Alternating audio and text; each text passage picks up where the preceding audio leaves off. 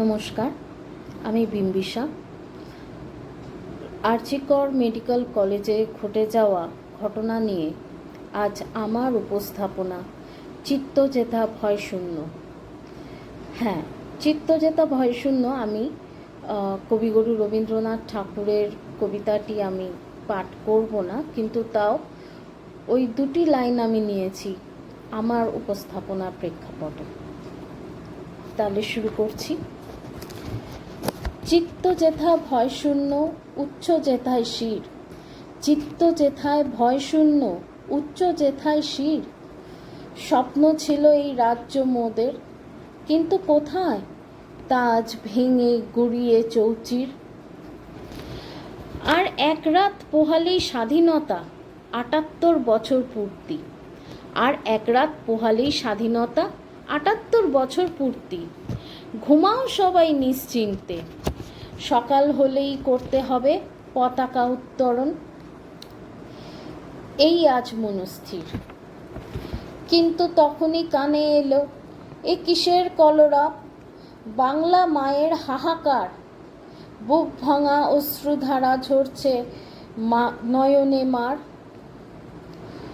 ওই যে দেখো পড়ে আছে রক্তমাখা নিথর দেহ, কন্যা সন্তানের তার। নৃশংসভাবে হত্যা হয়েছে সে ধর্ষিতা বারংবার। রোগীরা ডাকছে, ডক্টর ম্যাডাম, ডক্টর ম্যাডাম, চিকিৎসা করে সুস্থ করো আমায়। আর দেবে না সাড়া সে, তারও যে চিকিৎসা লাগবে। ক্ষতই ভরা শরীর। আজ এ ক্ষত শুধু ক্ষত নয় তার, এই ক্ষত গোটা নারী সমাজের।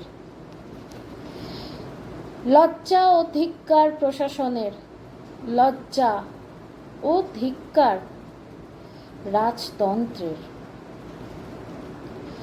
অপরাধীর অপরাধ ধরা পড়লেই দেখা যাবে ফাঁক ফোকর, বেরিয়ে আসবে কেঁচো খুঁড়তে কেউটে। তাই ধামা চাপা দাও আগে, বলে দাও নারী তোর নিজের দোষ। তাই তো আজ এই রাতে আর ঘুম নেই নিশ্চিন্তে, তাই তো আজ এই রাতে আর ঘুম নেই নিশ্চিন্তে। ক্যান্ডেল হাতে সরব হও আজ, চিকিৎসা চাই গোটা সিস্টেমের। ক্যান্ডেল হাতে সরব হও আজ, চিকিৎসা চাই গোটা সিস্টেমের। নারীর নিরাপত্তার উদ্দেশ্যে স্বাধীন ভারতে দেখতে চাই এবার আমাদের স্বাধীনতা। স্বাধীন ভারতে দেখতে চাই এবার আমাদের স্বাধীনতা।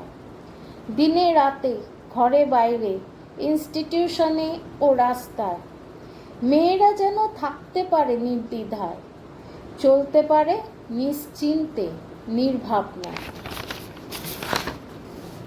মোতায়েন হোক পর্যাপ্ত পুলিশ ও হসপিটালের ইনফ্রাস্ট্রাকচার। মোতায়েন হোক পর্যাপ্ত পুলিশ ও হসপিটালের ইনফ্রাস্ট্রাকচার। কর্মসংস্থান হোক যোগ্য মানুষের সব জায়গায়। শিক্ষা হোক সেই সব লালসময় পুরুষের। শাস্তি হোক অপরাধীর সবার সাক্ষীতে। অনেক হয়েছে, এবার স্বাধীন হও, নিশ্চিন্ত হও, সুরক্ষিত হও তুমি তিলোত্তমা। বিচার পাও তুমি তিলোত্তমা। ডক্টর ম্যাডাম তিলোত্তমার সুবিচারের দাবিতে আজ তাই গোটা নগরী তিলোত্তমা।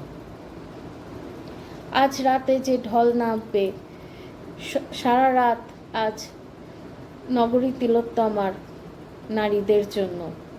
আমি চাই, আমার আর্জি এটাই, এই সমাজ যেন নারীদের জন্য হয়। আর যেন নতুন করে কোনো এরকম দুঃখজনক, লজ্জাজনক, অপরাধমূলক ঘটনা না ঘটে, যাতে আবার এরকম রাতের বেলায় আমাদের সকল নারীদের রাস্তায় ক্যান্ডেল হাতে সরব হতে হয়। শুধু আজকের রাত না, আমি চাই প্রত্যেকটা দিন, প্রত্যেকটা রাত নারীদের জন্য থাকুক সুরক্ষিত। নমস্কার।